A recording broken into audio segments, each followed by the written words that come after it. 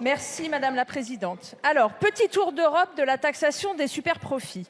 C'est l'Italie qui s'est d'abord orientée vers une taxation des profits exceptionnels des entreprises en mars dernier. Mario Draghi a instauré une taxe de 10%, réévaluée à 25% cet été. En Grèce, les sociétés de production d'électricité sont taxées à hauteur de 90%.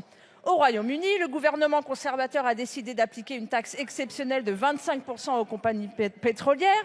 En Espagne, le gouvernement socialiste a créé 25% de taxes supplémentaires sur les superprofits des compagnies pétrolières ou gazières et des banques.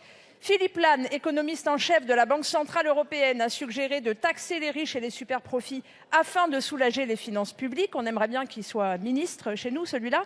Antonio Guterres, secrétaire général de l'ONU, je cite, « Il est immoral que les entreprises pétrolières et gazières fassent des profits records grâce à cette crise énergétique sur le dos des populations et des communautés les plus pauvres, avec un coût massif pour le climat. » Alors, je cite toujours, « J'appelle tous les gouvernements à taxer ces profits excessifs et à utiliser ces fonds pour soutenir les plus vulnérables en ces temps difficiles. » Mais vous, les vulnérables, vous avez plutôt tendance à les enfoncer.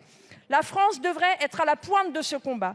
Il fut un temps où on s'enorgueillissait d'être la patrie des droits de l'homme, d'être les fers de lance de la justice sociale et où on pouvait se vanter d'avoir le plus beau système de protection sociale en Europe. Mais vous détruisez tout. Votre projet est clair, faire de la France un paradis fiscal avec des systèmes de santé et d'éducation à deux vitesses, d'un côté les riches, de l'autre les pauvres.